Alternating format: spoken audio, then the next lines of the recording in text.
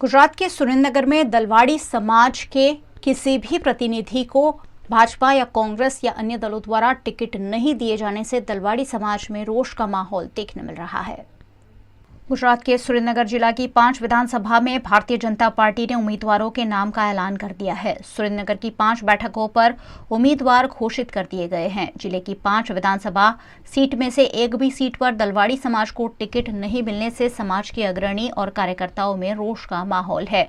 Ticket आवंटन में अन्याय की शिकायत के साथ वढवाण सतवारा परा इलाके में समाज की बैठक आयोजित की गई, जिसमें भारतीय जनता पार्टी द्वारा दलवाड़ी समाज को अन्याय किया गया होने की चर्चा करते हुए निर्दलीय दावेदारी का मन बनाया गया।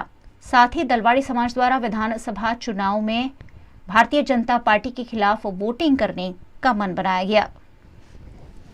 ऑल ओवर गुजरातनी अंदर જ્યારે અમારા સતવારા સમાજ સાથે અન્યાય થઈ રહ્યો છે, એક પણ ટિકિટ ફાળવવામાં પક્ષ તરફથી નથી આવી, ભાજપ કે કોંગ્રેસ કોઈ પક્ષ તરફથી અમને જ્યારે ટિકિટ એકે નથી મળી ત્યારે અમારા સતવારા સમાજ તરફથી એવું જાહેર કરવામાં આવ્યું કે ભાઈ આપણા સતવારા સમાજ તરફથી આપણે આપણો ઉમેદવાર ઊભો રાખવો છે, અપક્ષ ઉમેદવાર।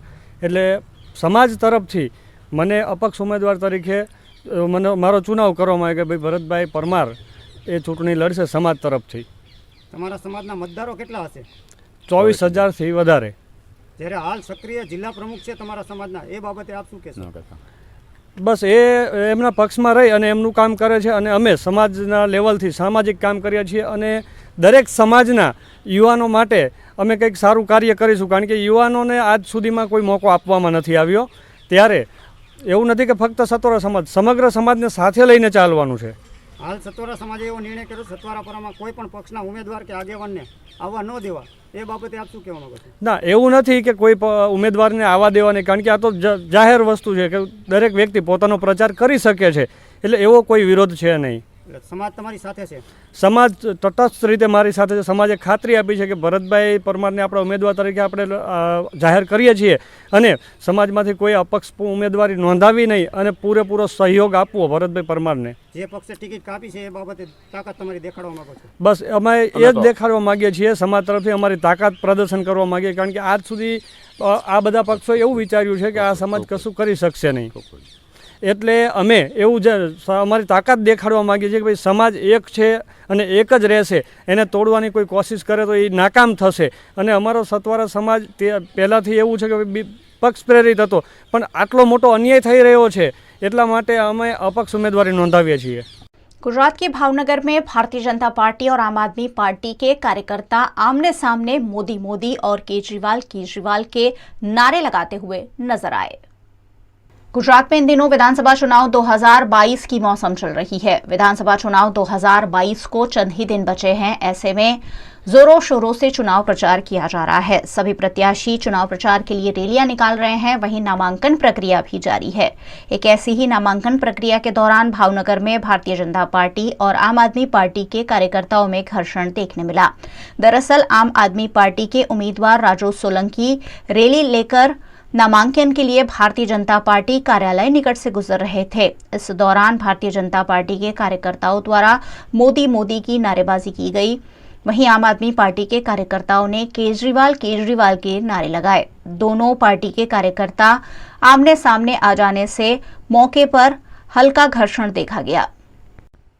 गुजरात के वडोदरा की वाघोड़िया विधानसभा बैठक पर भाजपा की टिकट आवंटन के बाद सामने आया विरोध अब कांग्रेस के टिकट आवंटन में भी देखने मिल रहा है। यहां से सत्यजीत सिंह गायकवाड़ को टिकट मिलने का कांग्रेस के कार्यकर्ता ही विरोध कर रहे हैं।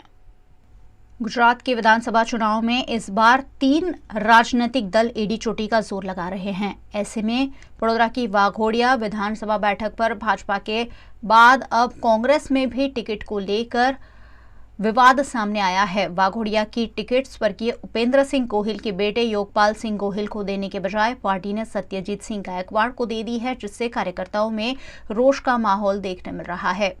इस मामले योगपाल सिंह गोहिल के निवास स्थान पर कांग्रेस के कार्यकर्ताओं की बैठक का आयोजन किया गया, जिसमें वडोदरा शहर जिला के अध्यक्ष सागर ब्रह्मभट्ट, उपाध्यक्ष समेत के अनेक कार्यकर्ता उपस्थित रहे। योगपाल सिंह ने कांग्रेस का टिकट नहीं मिलने पर अब निर्दलीय दावेदारी का मन बनाया है। साथ ही यहां सत्यजीत सिंह गायकवाड़ का विरोध करते हुए कांग्रेस के टिकट आवंटन को बदलने की मांग की जा रही है और सत्यजीत सिंह गायकवाड़ की बजाय योगपाल सिंह गोहिल को टिकट देने की मांग कांग्रेस के कार्यकर्ता खुद कर रहे हैं। तो आप बता रहे कि उंगली कट गया तो दर्द होता है, तो यहाँ तो क्या पांच उंगली कट गई, क्या पंजा दिखाए हम। વાઘોડિયા વિધાનસભા ગઈકાલ નામ જાહેર થયું સત્યજીત ગાયકવાડનું. અમારો સતત વિરોધ કાયમ ડે 1 થી જ્યારે આ સેન્સ લેવાયા હોય, ઉષા નાયડુબેન જે પહેલી વાર બરોડામાં મુકાયા હતા જનરલ સેક્રેટરી આઈસીસી રીતે, પહેલા દિવસે અમે અમને રજૂઆત કરી હતી કે અમને લોકલ સ્થાનિક ઉમેદવાર આપજો. અમે મહેનત કરીને આ માહોલ બનાવ્યો છે, આ સંગઠન અમે બનાવ્યું છે. બધાનું કહેવું હતું કે એક લોકલ સ્થાનિક આપો, અમને બહારથી હેલિકોપ્ટર ના આપતા. પહેલી મિટિંગ જ્યારે જગદીશ ઠાકોરે કરી હતી ત્યારે પણ અમે કીધું હતું કે સાહેબ એક જ રજૂઆત છે કે હેલિકોપ્ટર ના ઉતારતા અમારા સીટ પર. એક જ લડત પહેલાંથી પકડી હતી, હજુ અમારી એ જ લડત છે, તો અમારી વાત સાંભળવામાં નથી આવી એટલે આ બધા ભેગા થયા છે. આજે અમે રાજીનામું આપવા તૈયાર છે અને રાજીનામું આપી જ દઈએ છીએ. તો એ સમય આપીએ છીએ 2 દિવસનો કે રાજીનામું તો આજે અમે આપી જ દઈએ છીએ, પણ 2 દિવસમાં જો બદલાવ આવે તો બધા અમે મહેનત કરીને પાછું જીતાડી લાવીએ એવી સીટ છે અને જીતેલી જ સીટ છે. પણ જો આ પગલું એમને ભર્યું છે એ પગલું એ પકડી રાખશે તો અમે પકડી રાખવાના છે, જાહેરનામું છોડ દેવાના છે. આજ કોંગ્રેસના કેસ મૂકી દઈશું અને એટલી ગેરંટી આપીએ છીએ કે આવતા 10-15 વર્ષ ફરી કોઈ કેસ ફેરે એવું મને લાગતું નથી. 136 વાઘોડિયામાં જે ટિકિટ આપવાની અંદર આવેલી છે તે માણસ બિલકુલ પેરાશૂટ માણસ છે. છેલ્લા 15 વર્ષથી કોઈ દિવસ કોંગ્રેસની અંદર આવ્યા નથી અને આ સત્યજીતભાઈને આ રીતના જે ટિકિટ આપવામાં આવી છે કે ભાઈ બહુ એમ કે એ માણસ ઓલ ઇન્ડિયાના યુથ કોંગ્રેસના પ્રેસિડેન્ટ હતા, એ ભાઈ 96 મોત આવે. આજે શું છે 96 પછી એ માણસ 3 વાર ચૂંટણી લોકસભાની હારી ચૂકેલો માણસ છે અને એ વડોદરા શહેરની અંદર રહે છે. એને જ્યારે એ ટિકિટ આપી તો એને બીજો મત આપવાનો, બીજો મત કઈ રીતે લેવો ને, એનો કોઈ બીજા મત આપવા માટેનો કોઈ માણસ એની પાસે નથી, એનો રાજવી કુટુંબનો કોઈ. અને પોતે એવું કહેતા હું રાજવી કુટુંબનો માણસ છે, એની પાસે રાજવી કુટુંબનો બીજો કોઈ મત છે પૂછો. અમારા મતો ઉપર એને ચૂંટણી લડવાની અને આ પ્રદેશ સમિતિ આટલી મોટી ભૂલ કરે. પાર્ટીને મેસેજ કહેવા માગીએ છીએ કે તમે ડીપમાં ગયા નથી. ડીપમાં જઈ અને અમને તમારી પર વિશ્વાસ હતો પણ વિશ્વાસઘાત થઈ રહ્યો એવું અમને દેખાય છે. જો વિશ્વાસઘાત ના કરવો હોય તો હજુ પણ 2 દિવસ છે. કોઈ યોગ્ય ઉમેદવાર અમારામાંથી એકને ટિકિટ આપી દેશો તો આ વાઘોડિયા વિધાનસભા અમે હજુ બી જંગી બહુમતીથી જીતવા જઈ રહ્યા છે. પરંતુ આ નિર્ણય જો યોગ્ય નહીં લેવાય તો આનું પરિણામ ભોગવવા માટે તૈયાર રહેવું પડશે. દરેક અમે સંગઠનના દરેક હોદ્દેદારો રાજીનામું આપી દઈશું. वडोदरा के कोमाटी बाग में मॉर्निंग वॉक के लिए आने वाले मॉर्निंग वॉकर्स इन दिनों विश्वामित्री नदी में मरी हुई मछलियों से फैली बदबू से परेशान है।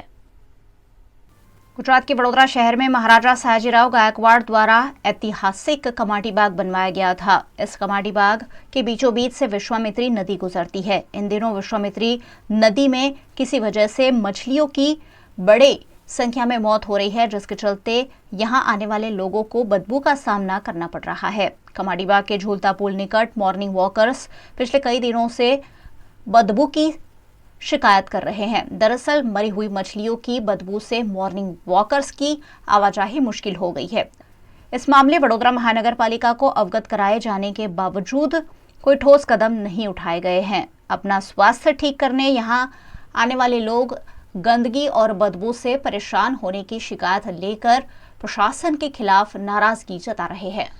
हम सयाजी बाग आए हैं और हर रोज़ यहाँ पे चलने के लिए आते हैं। तो अभी ये झूलते पुल के पास हमने देखा है कि मछली काफ़ी संख्या में मरी गई है और 2-3 दिन से मर गई है और बहुत बड़ी दुर्गंध आ रही है।